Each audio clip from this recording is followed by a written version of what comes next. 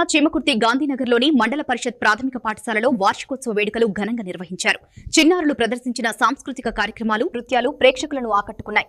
విద్యార్థుల ప్రతిభను చూసి తల్లిదండ్రులు, స్థానికులు హర్షం వ్యక్తం చేశారు. ఈ సందర్భంగా ఉపాధ్యాయులు, ప్రజాప్రతినిధులు మాట్లాడుతూ పాఠశాలలో విద్యార్థులకు నాణ్యమైన విద్యతో పాటు సాంస్కృతిక ప్రతిభను పెంపొందించేందుకు కృషి చేస్తున్నారని అభినందించారు. విద్యార్థులు చదువుతో పాటు అన్ని రంగాల్లో రాణించాలని సూచించారు.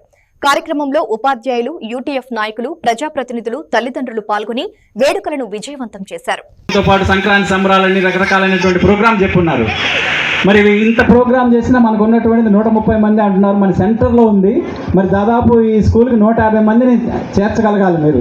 మరి ఉన్నటువంటి తల్లిదండ్రులు కాకుండా బయట నుంచి వచ్చినటువంటి తల్లిదండ్రులందరూ కూడా ఈ సంవత్సరం 150 మందిని చేస్తారని ఆశిస్తూ ఈ అవకాశం ఇచ్చినటువంటి నుంచి 4 గంటల 45 నిమిషాల వరకు కూడా స్టడీ అవర్స్ కండక్ట్ చేస్తూ ఉన్నాము అని, ఇక ఇప్పుడు వారు చేసే రకరకాల ప్రోగ్రామ్స్ కూడా చెప్పి ఉన్నారు.